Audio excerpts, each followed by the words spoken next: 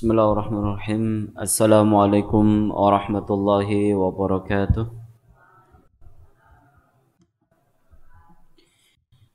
Alhamdulillahi rabbil alamin. Alladhi hadani lihada wa ma kunna linahtadiya lawla an hadana Allah. Asyhadu an la ilaha illallah wahdahu la syarika lah wa asyhadu anna Muhammadan abduhu wa rasuluh. يا أيها الذين آمنوا اتقوا الله حق تقاته ولا تموتن إلا وأنتم مسلمون يا أيها الناس اتقوا ربكم الذي خلقكم من نفس واحدة وخلق منها زوجها وبث منهما رجالا كثيرا ونساء واتقوا الله الذي تساءلون به والأرحم إن الله كان عليكم رقيبا يا أيها الذين آمنوا اتقوا الله وقولوا قولا سديدا يصلح لكم أعمالكم ويغفر لكم ذنوبكم ومن يطع الله ورسوله فقد فاز فوزا عظيما أما بعد اللهم لا علم لنا إلا ما علمتنا اللهم انفعنا بما علمتنا وتبنا علينا إنك أنت التواب الرحيم. Hadirin jamaah salat maghrib, Bapak Ibu kaum muslimin wal muslimat dan juga segenap pemirsa yang semoga senantiasa dirahmati Allah Subhanahu wa taala. Alhamdulillah, pada kesempatan malam yang berbahagia ini Allah Subhanahu wa taala kembali memberikan kemudahan dan juga taufiknya kepada kita semuanya untuk bisa menghadiri salah satu taman di antara taman-taman surga, tidak lain dalam rangka untuk belajar bersama mengkaji ayat dan juga hadis Nabi sallallahu alaihi wasallam. Kita berharap semoga Allah Subhanahu wa taala berkenan memberikan keberkahan kepada majelis yang kita adakan sehingga duduknya kita dinilai pahala Allah Subhanahu wa taala, dan semoga pula kita dikaruniai ilmu yang bermanfaat yang dapat kita amalkan di dalam kehidupan sehari-hari kita. Allahumma amin. Salawat iring salam semoga senantiasa terlimpahkan, tercurahkan kepada qudwah kita, kepada suri teladan kita Nabi besar Muhammad sallallahu alaihi wasallam, kepada keluarga beliau, para sahabatnya, serta kepada umat yang tetap setia di atas ajarannya hingga akhir nanti. Para hadirin kaum muslimin wal muslimat rahimanallahu wa iyyakum jami'an. Pada kesempatan malam hari ini insyaallah kita akan melanjutkan kembali untuk membaca hadis yang ke-29 dari silsilah hadis pilihan yang dibawakan oleh Imam Nawawi rahimallahu taala.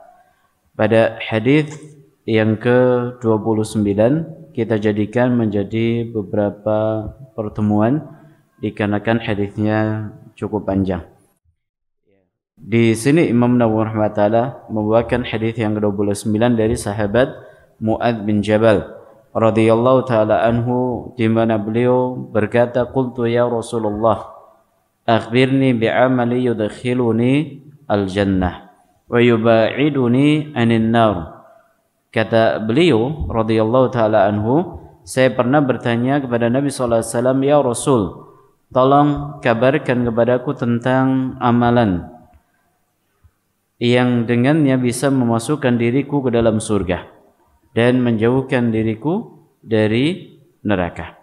Jadi beliau bertanya tentang amalan apa yang bisa memasukkan ke dalam surga dan sekaligus bisa menjauhkan dirinya dari siksa api neraka.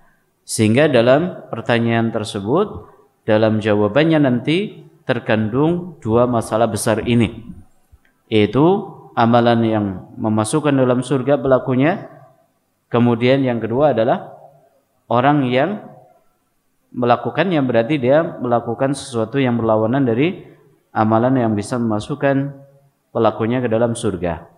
Artinya lawannya nanti adalah amalan yang memasukkan pelakunya ke dalam neraka. Oleh karena itu ketika ditanya dengan pertanyaan yang seperti ini, kata Nabi sallallahu alaihi wasallam, "Laqad sa'alta an 'azim." Sungguh engkau bertanya tentang sesuatu yang besar. Dari sisi apa? Dari sisi perkara amalan yang bisa masuk ke dalam surga, atau perkara masuk ke dalam surga dan selamat dari neraka adalah perkara yang besar. Dikarenakan Allah SWT yang memberikan standar kesuksesan yang diraih oleh seorang adalah faman zuziha 'anil nar wa udkhilal jannata faqad faza.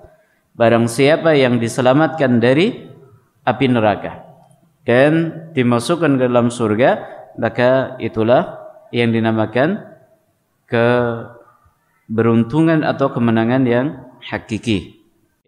Oleh karena itu Nabi sallallahu alaihi wasallam mengatakan, engkau bertanya tentang sesuatu yang besar. Wa innahu la yasirun ala man yasarallahu ta'ala alaihi.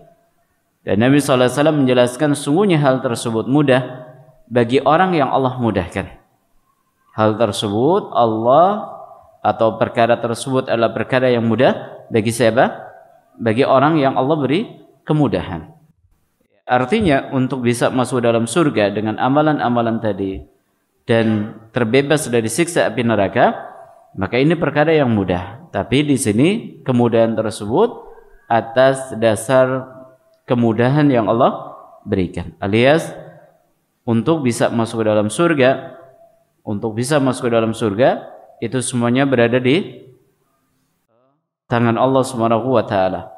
Makanya para ulama menyebutkan bahwa dalam kalimat ini terkandung isyarat bahwa segala taufik yang didapat oleh manusia, dalam hal ini dia itu bisa mendapatkan hidayah.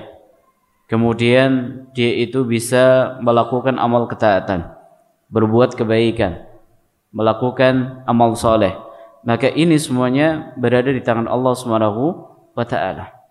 Makanya dalam sebuah hadis Nabi sallallahu alaihi wasallam menjelaskan kepada kita semuanya bahwa segala sesuatunya itu dimudahkan Allah Subhanahu wa taala sesuai dengan catatan takdir bagi masing-masing orang. Amma ahlu sa'adah fayuyassiruna li'amali ahli sa'adah wa amma ahlu saqawah fayuyassiruna li'amali ahli syaqawah. Kata Nabi sallallahu alaihi wasallam dalam sebuah hadis yang diriwayatkan oleh Bukhari dan Muslim, beliau mengatakan, adapun orang-orang yang telah Allah takdirkan sebagai penghuni surga, maka dirinya akan mendapatkan kemudahan dari Allah Subhanahu wa taala untuk mengamalkan amalan-amalan penghuni surga.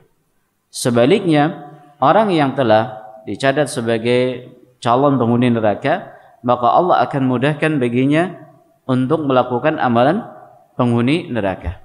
Hal ini selaras dengan firman Allah Subhanahu wa taala dalam surat Al-Lail ayat yang ke-5 sampai ayat yang ke-10. Fa amma man a'ta wattaqa wa saddaqa bil husna. Apa balasannya? Fasanuyassiruhu lil yusra. Allah akan mudahkan bagi siapa? Bagi orang yang dia dikaruniai Allah Subhanahu wa taala harta atau segala perangkat yang ada dalam kehidupan ini, kemudian wattaqa, lalu dia bertakwa dengan menggunakan apa yang telah dikaruniakan Allah kepadanya, yaitu harta, usaha yang sukses, keluarga yang bahagia, atau jabatan yang didapatkan, maka dia gunakan itu semuanya sebagai kendaraannya untuk meraih kebahagiaan akhirat, sehingga dia tidak dikendalikan oleh jabatannya, tidak disetir oleh hartanya, akan tetapi dia bisa menggunakan itu semuanya untuk kendaraan mencari bekal akhirat. Tentunya beda antara orang yang dikendarai oleh harta dengan orang yang mengendarai harta. Maka ini yang akan dimudahkan oleh Allah Subhanahu wa taala. Wa amma man bakhila wastaghna, sebaliknya orang yang bakhil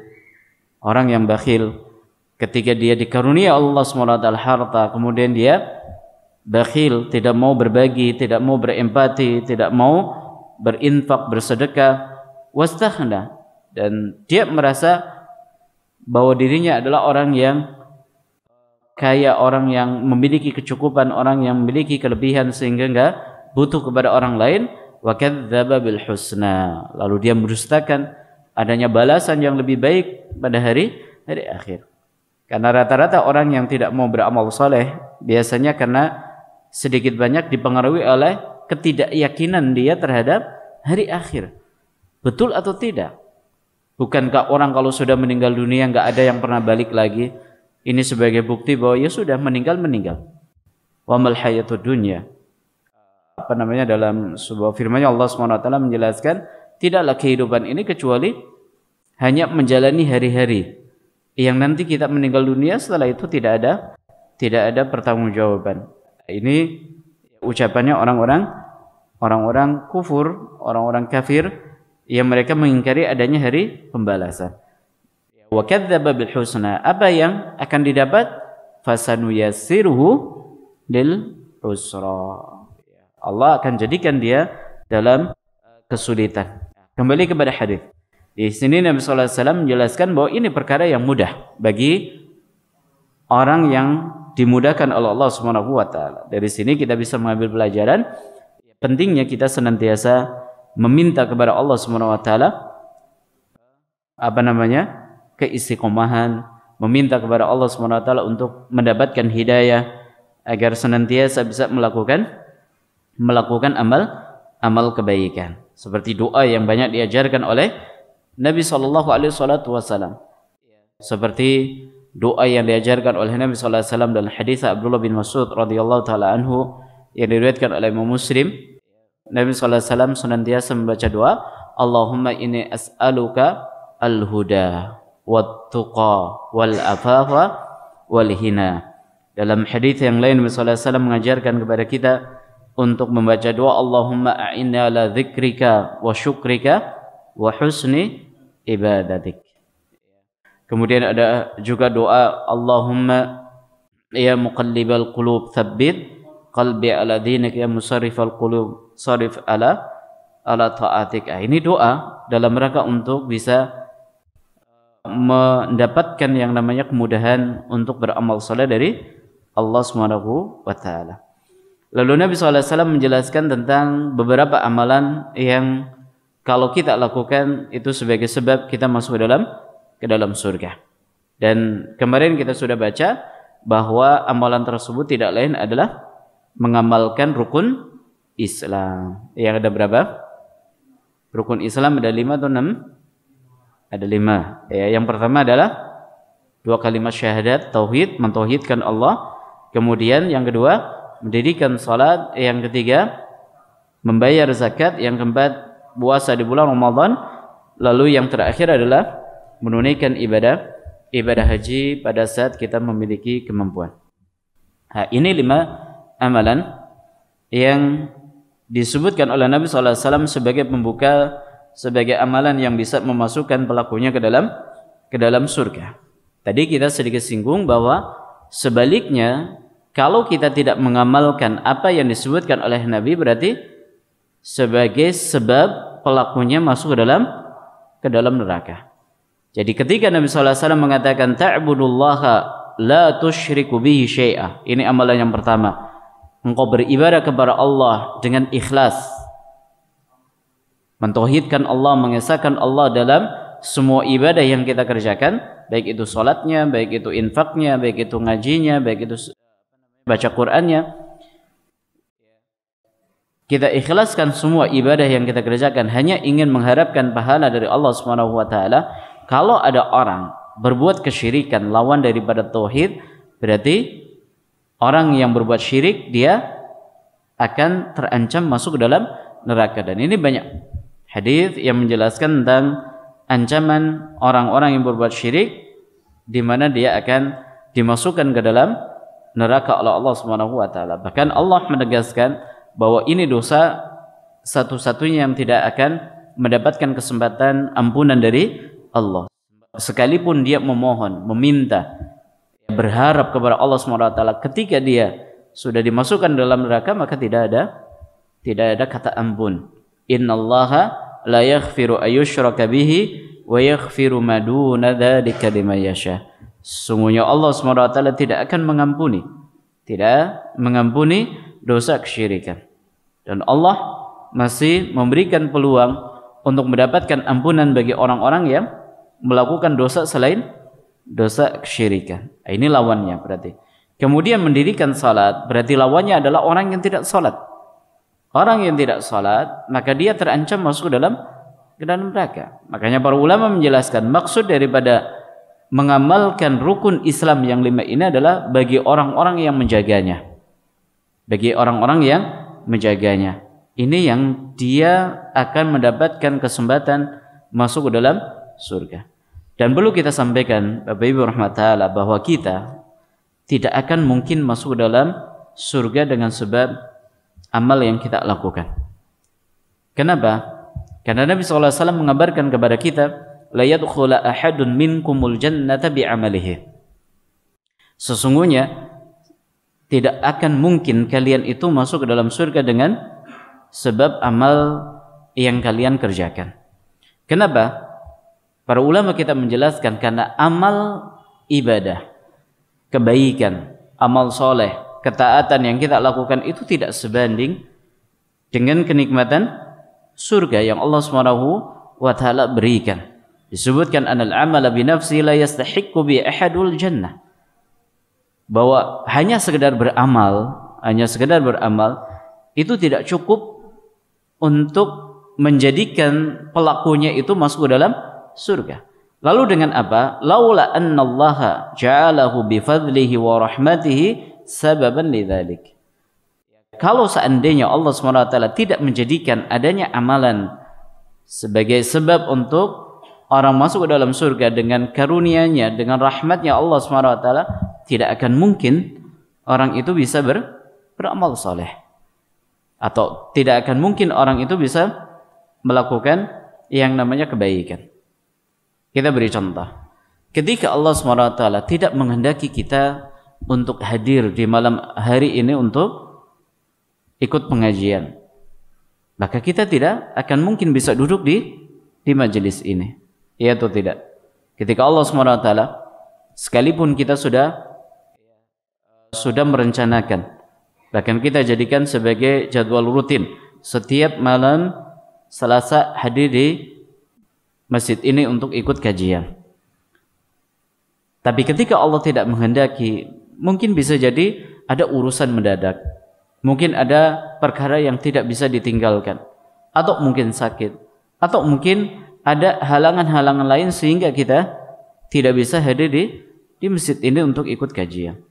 Berarti ini menjelaskan kepada kita bahwa amalan apapun yang bentuknya amal soleh yang kita lakukan itu semuanya karena karunia dari Allah Subhanahu wa taala. Maka di sini yang perlu kita perhatikan sekali lagi bahwa amalan yang kita lakukan itu bukan sebagai sebab utama kita itu mendapatkan nikmat surga.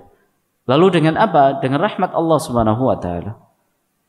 Maka bagaimana kita bisa mendapatkan rahmat dari Allah, itu yang paling terpenting yang harus kita kejar dalam kehidupan ini. Dengan apa? Dengan amal soleh yang ikhlas.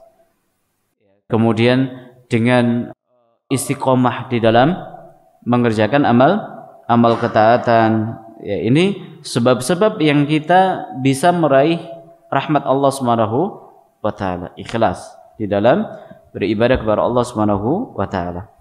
Baik, mendirikan salat berarti lawannya orang yang tidak salat, dia terancam masuk ke dalam neraka. Makanya sebagian ulama berpendapat bahwa orang yang meninggalkan salat hukumnya kafir. Hukumnya kafir.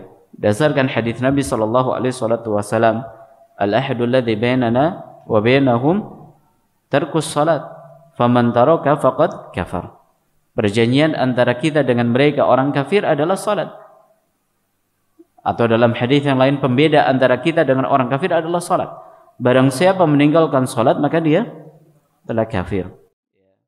Ini adalah kaul al-ulama, ya, ala kaulil ulama. Sebagian ulama berpendapat orang yang meninggalkan salat hukumnya adalah kafir. Kemudian yang ketiga adalah membayar zakat. Lawannya berarti orang yang pelit, orang yang bakhil. Tadi sudah kita sebutkan nukilan ayat dalam surat Al-Lail. Ya, orang ketika punya harta, dia punya perhatian lebih terhadap harta yang dia miliki. Sudahkah sampai kepada nisab? Ketika sudah sampai kepada nisab zakat, maka dia harus keluarkan berapa zakat yang harus dia keluarkan. Atau paling tidak ketika dia punya kelebihan harta, maka hartanya dia donasikan untuk proyek-proyek kebaikan, untuk dakwah, untuk bantuan yatim piatu, untuk bantuan kepada fakir dan miskin, menyantuni para janda yang kurang mampu dan seterusnya. Jadi digunakan untuk hal-hal yang baik. Kemudian yang keempat, puasa di bulan Ramadan. Berarti lawannya adalah orang yang tidak berpuasa. Orang yang tidak berpuasa di bulan Ramadan tanpa ada alasan yang dibenarkan oleh syariat, maka terancam pelakunya masuk ke dalam neraka wal'iyadzubillah. Kemudian yang terakhir adalah menunaikan ibadah haji. Dan menurut sebagian ulama bahwa orang yang sudah memiliki kemampuan enggak boleh menunda untuk menunaikan ibadah haji. Misalkan sekarang kita dihadapkan di kondisi menunggu antrian yang cukup panjang. Kemudian dia beralasan saya belum mampu karena antriannya cukup panjang. Padahal secara harta dia mungkin sudah berlebih miliaran di tabungannya, di usahanya. Padahal di zaman kita ada program-program ibadah haji yang bisa dia lakukan sekalipun biaya yang cukup mahal, tapi dia bisa langsung berangkat. Maka ini wajib bagi dia. Wajib bagi dia untuk melakukan. Karena dia sudah memiliki kemampuan. Sekalipun biaya cukup mahal, berlipat ganda dari biaya yang normal. Seperti itu menurut sebagian ulama. Tidak boleh ditunda. Bahkan dahulu di zamannya Umar bin Khattab radhiyallahu taala anhu, beliau mengatakan, ya saya berkeinginan untuk memerangi orang-orang yang tidak mau menunaikan ibadah haji. Padahal dia sudah memiliki kemampuan. Sudah memiliki kemampuan. Maka perhatikan bagi Bapak Ibu yang sudah memiliki kemampuan menunaikan ibadah haji untuk segera menjalankan rukun Islam yang kelima ini. Ini rukun Islam yang dijadikan oleh Nabi SAW sebagai amalan inti bagi pelakunya yang ingin masuk ke dalam surga. Kita lanjutkan. Tsumma qal, kemudian Nabi SAW berkata, ala adulluka ala abwabil khairi, maukah aku beritahukan kepada engkau tentang pintu-pintu kebaikan. Pintu-pintu kebaikan. Tentunya Bapak Ibu rahmatullah, yang namanya ahlu tuqa, orang-orang yang bertakwa kepada Allah, orang-orang yang dekat dengan Allah Subhanahu wa taala, maka dia enggak hanya sekedar mencukupkan dengan amalan yang wajib, tapi dia punya keinginan untuk terus menambah, meningkatkan amal ibadah yang selama ini sudah dikerjakan. Itu di amalan ibadah sunnah. Jadi di sini Nabi sallallahu alaihi wasallam menjelaskan kepada kita tentang pintu-pintu kebaikan. Pintu-pintu kebaikan. Ala adulluka ala abwabil khair, maukah engkau aku beritahu tentang pintu kebaikan? As-saumu junnah. Yang pertama, ya pintu kebaikan tersebut adalah puasa. Di mana Nabi SAW menjelaskan langsung keutamaan orang yang berpuasa. Puasa di redaksi yang kedua yang ingin dimaksudkan oleh beliau SAW adalah puasa sunnah. Dikarenakan puasa wajib telah disebutkan di redaksi yang pertama. Wa tasumu Ramadan. Ya berarti puasa yang kedua ini adalah puasa sunnah. Sekalipun nanti keutamanya juga mencakup puasa yang wajib dan juga puasa yang sunnah. Nah, di sini Nabi SAW menjelaskan keutamaan orang yang berpuasa. As-saumu junnah. Puasa adalah junnah. Perhatikan cara bacanya, jangan salah baca karena redaksinya hampir mirip dengan kata jannah. Jadi puasa junnah kata Nabi, junnatun.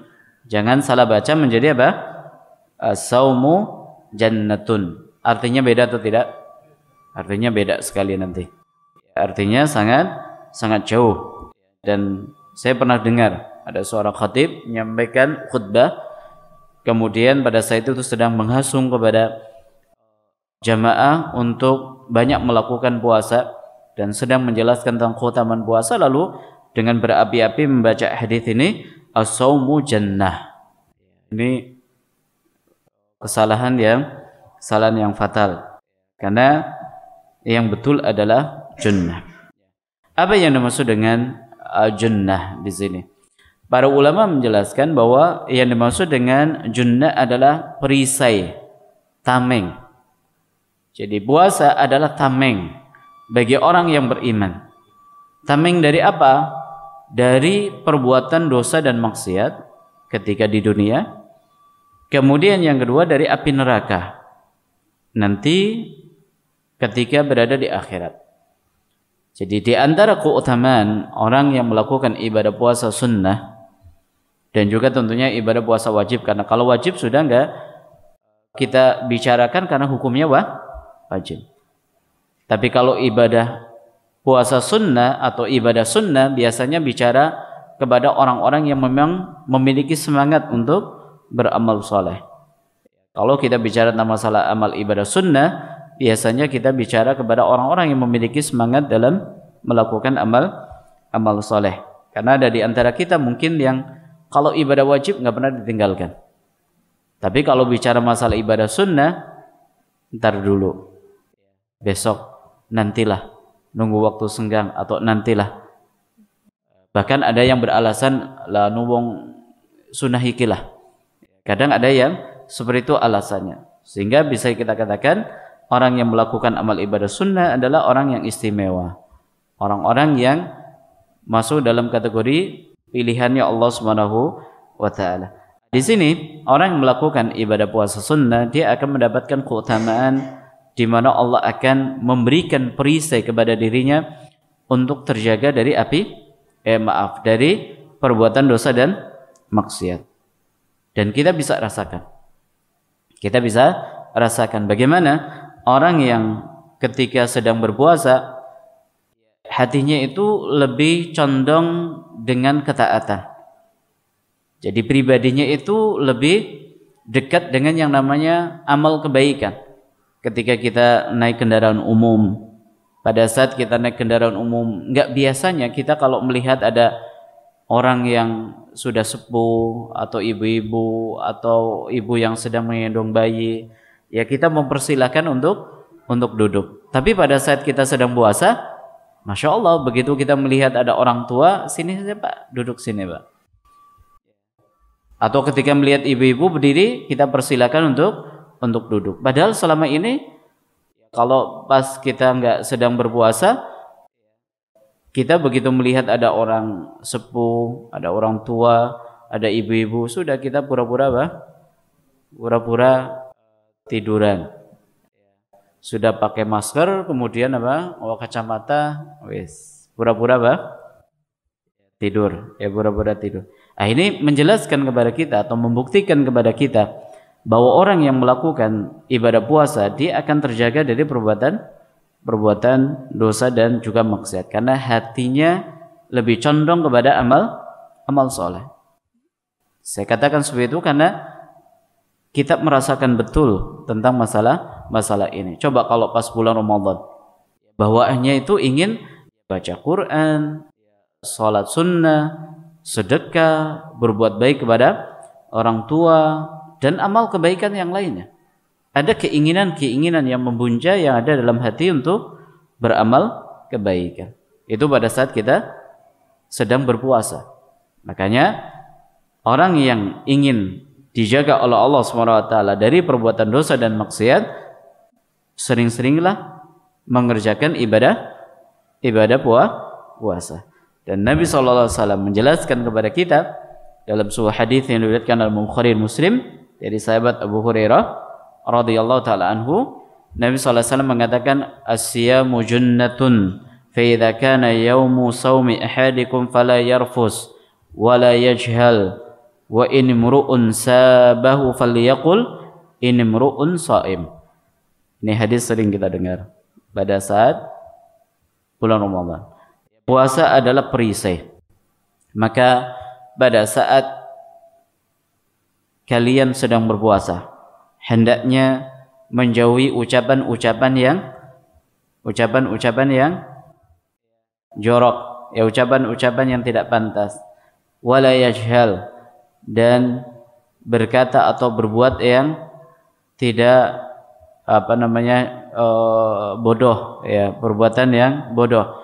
Fa in imru'un sabahu, ketika ada orang mencelaknya, maka katakan ini imru'un shaim, saya ini orang yang sedang berpuasa.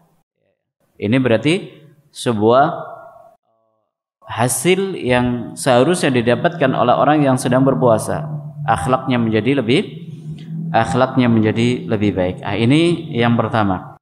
Yang kedua, bagi orang yang berpuasa dan memperbanyak ibadah puasa sunnah, maka dia akan mendapatkan perisai kelak pada hari kiamat untuk tidak masuk ke dalam neraka.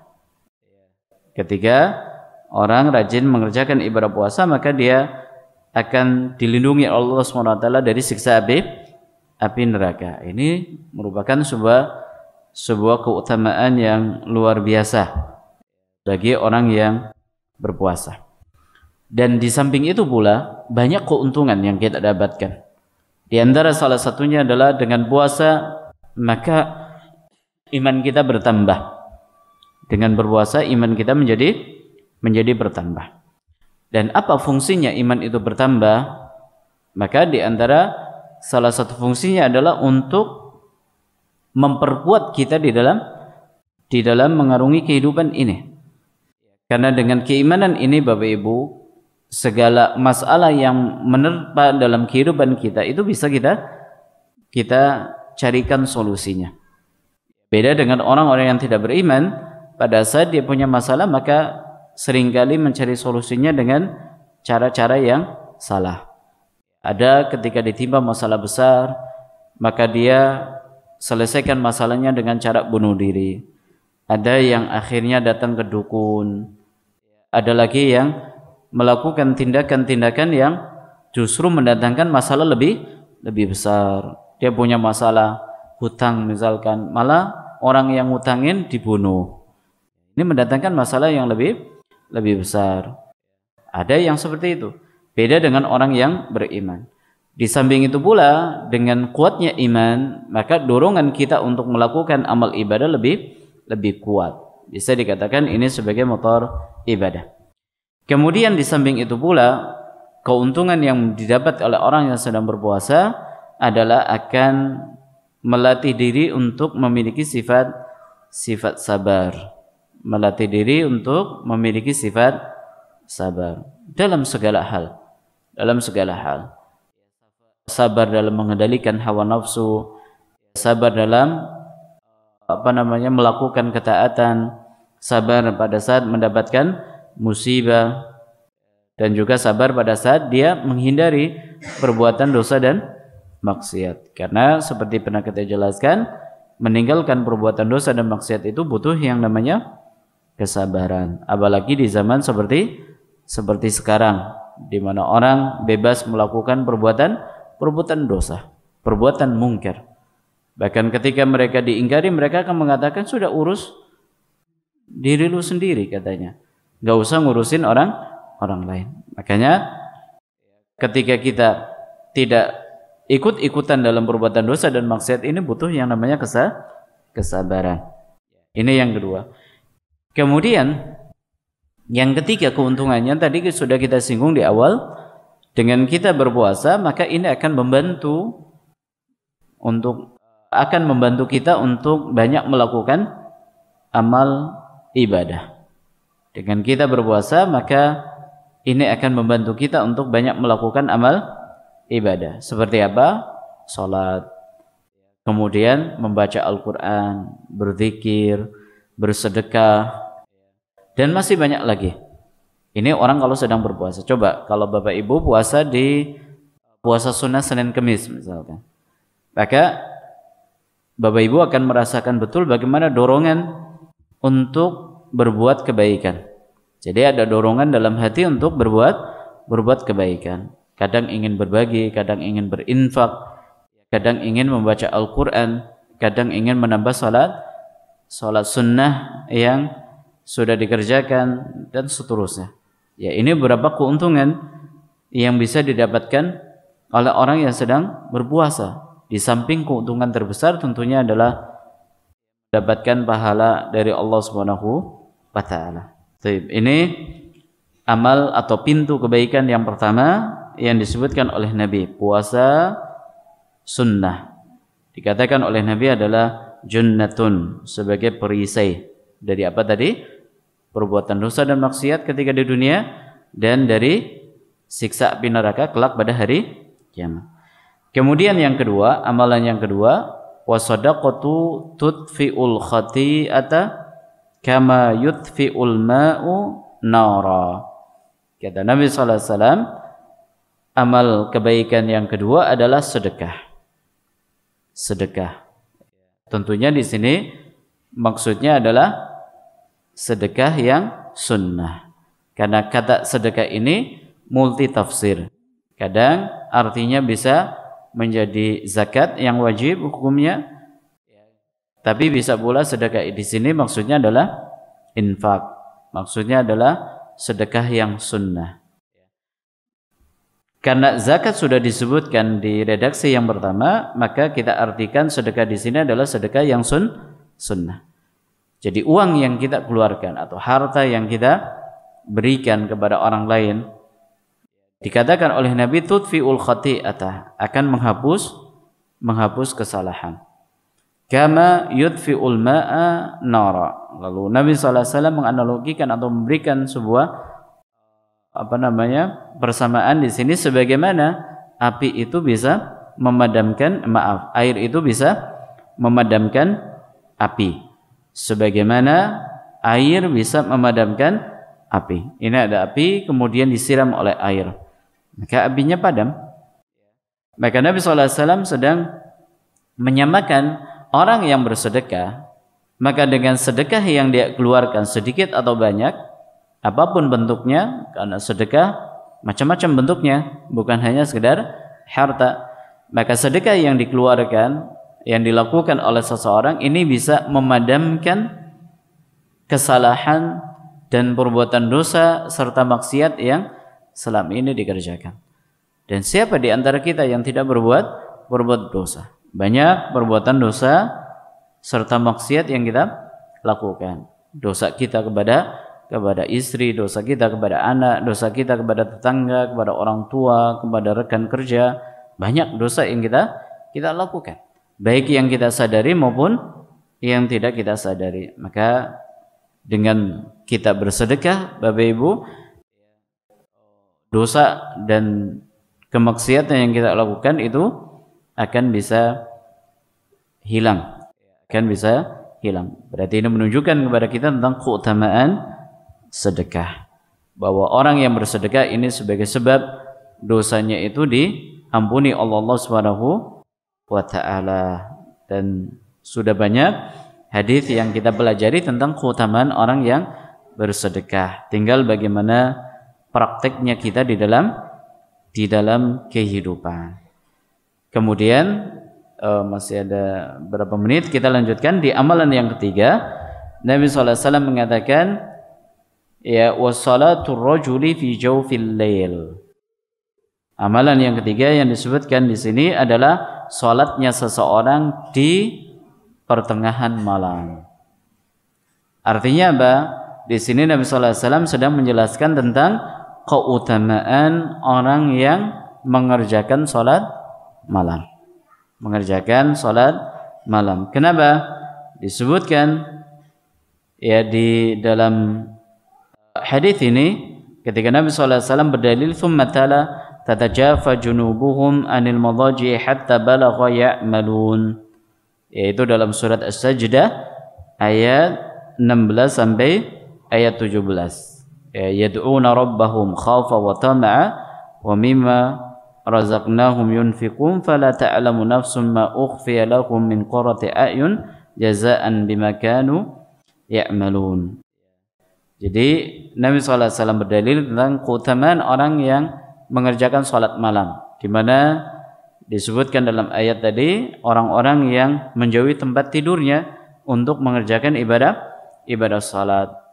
berdoa kepada Allah dengan dibarengi dengan rasa takut, berharap, dan menginfakkan apa yang telah Allah karuniakan kepada mereka, maka fala ta'lamu nafsun ma ukhfiya lahum min qurrati a'yun jazaa'an bima kanu ya'malun. Maka tidak ada yang mengetahui kenikmatan yang Allah SWT akan karuniakan kepada mereka atas sebab apa yang mereka lakukan. Artinya kenikmatan dalam surga seperti yang disebutkan oleh Nabi tidak pernah terdengar oleh pendengaran kita, tidak pernah kita lihat oleh pandangan kita, tidak pernah terbetik dalam hati kita. Kenikmatan yang luar biasa. Ini 3 amalan yang dikatakan oleh Nabi SAW sebagai pintu kebaikan. Yang pertama apa tadi? Puasa. Yang kedua sedekah. Yang ketiga adalah salat malam. Salat malam mencakup salat tahajud atau salat witirnya. Kalau dikatakan sebagai pintu kebaikan, berarti orang yang melakukan 3 amalan tadi, dia akan mendapatkan jalan-jalan kebaikan yang lainnya. Coba kalau tidak percaya, praktekkan. Orang kalau rajin puasa, orang kalau rajin sedekah, orang kalau rajin salat malam, dia akan mendapatkan pintu kebaikan yang begitu banyak. Dia akan mendapatkan pintu kebaikan yang begitu banyak. Yang dengannya tentunya dia akan menjadi orang-orang yang istimewa di sisi Allah Subhanahu wa taala. Wallahu taala alam bissawab.